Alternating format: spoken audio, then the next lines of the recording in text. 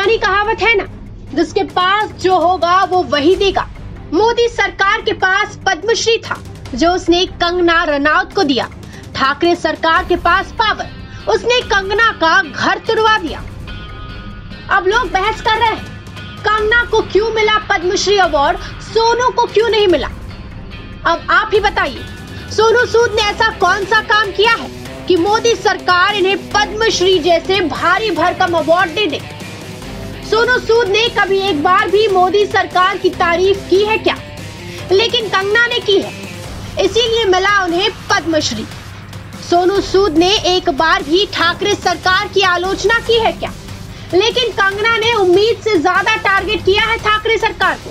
फिर ठाकरे सरकार ने कंगना पर थोड़ा सा टारगेट भी किया।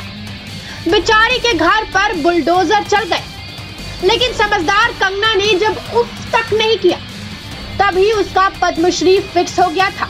इसके बाद भी जब कंगना ने ठाकरे सरकार पर अपने बोल वचन जारी रखे तो मोदी सरकार भी लाचार हो गई, क्योंकि भगवान भी भक्त के अधीन होते हैं। अब तक तो सिर्फ सुना था, लेकिन कंगना को अवार्ड मिलने के बाद अब ये यकीन हो गया है। वाकई जब भगवान भक्त की भक्ति के अधीन होते हैं तो मोदी सरकार भगवान से बड़े थोड़ी है। बेचारे मोदी सरकार को भी तो अपनी इतनी बड़ी भक्त को सिर्फ पद्मश्री देना ही पड़ा।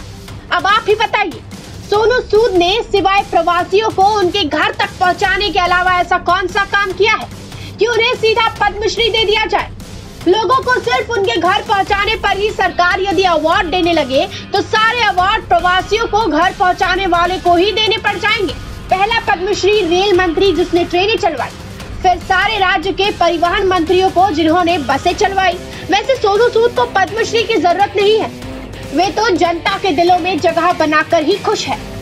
वो इसे ही अपना अवार्ड मानते हैं। जब सोनू सूद खुश है तो हम आपस में बहस कर क्यों ना खुश हो रहे हैं।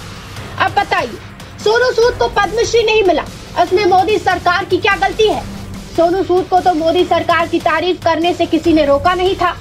जब दुनिया जानती है मोदी सरकार और ठाकरे सरकार में 36 का आंकड़ा है, इसके बावजूद मातोश्री के बुलावे पर सोनू सूद वहां क्यों गए थे?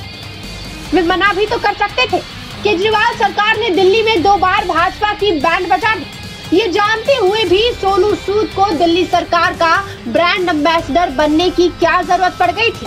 इतना सब होने के बाद भी आप बेचारी मोदी सरकार को ही जिम्मेदार ठहराओगे तो भला कैसे चलेगा? उस नासमझ को समझाने के लिए मोदी सरकार को उसके घर आयकर विभाग की रेड तक डालनी पड़ी। इसके बाद भी अगर सोनू नादानी करे, सुधरने को तैयार ना हो, तो भला इसमें मोदी सरकार की क्या गलती है? बेकार में लोग मोदी सरकार की आलोचना कर रहे हैं। फिल्मी विलेन ने असल जिंदगी में एक भी काम सरकार की नजर में हीरो बनने वाला नहीं किया है, सब काम सरकार को चिढ़ाने वाला ही किया है। इसके बाद भी सोनू सूद को पद्मश्री दे दिया जाए। क्या आपको मोदी सरकार किसी भी एंगल से ना समझ लगती है क्या? मेट्रो मुंबई के लिए निशा ठाकुर के साथ हितेंद्र पवार की रिपोर्ट।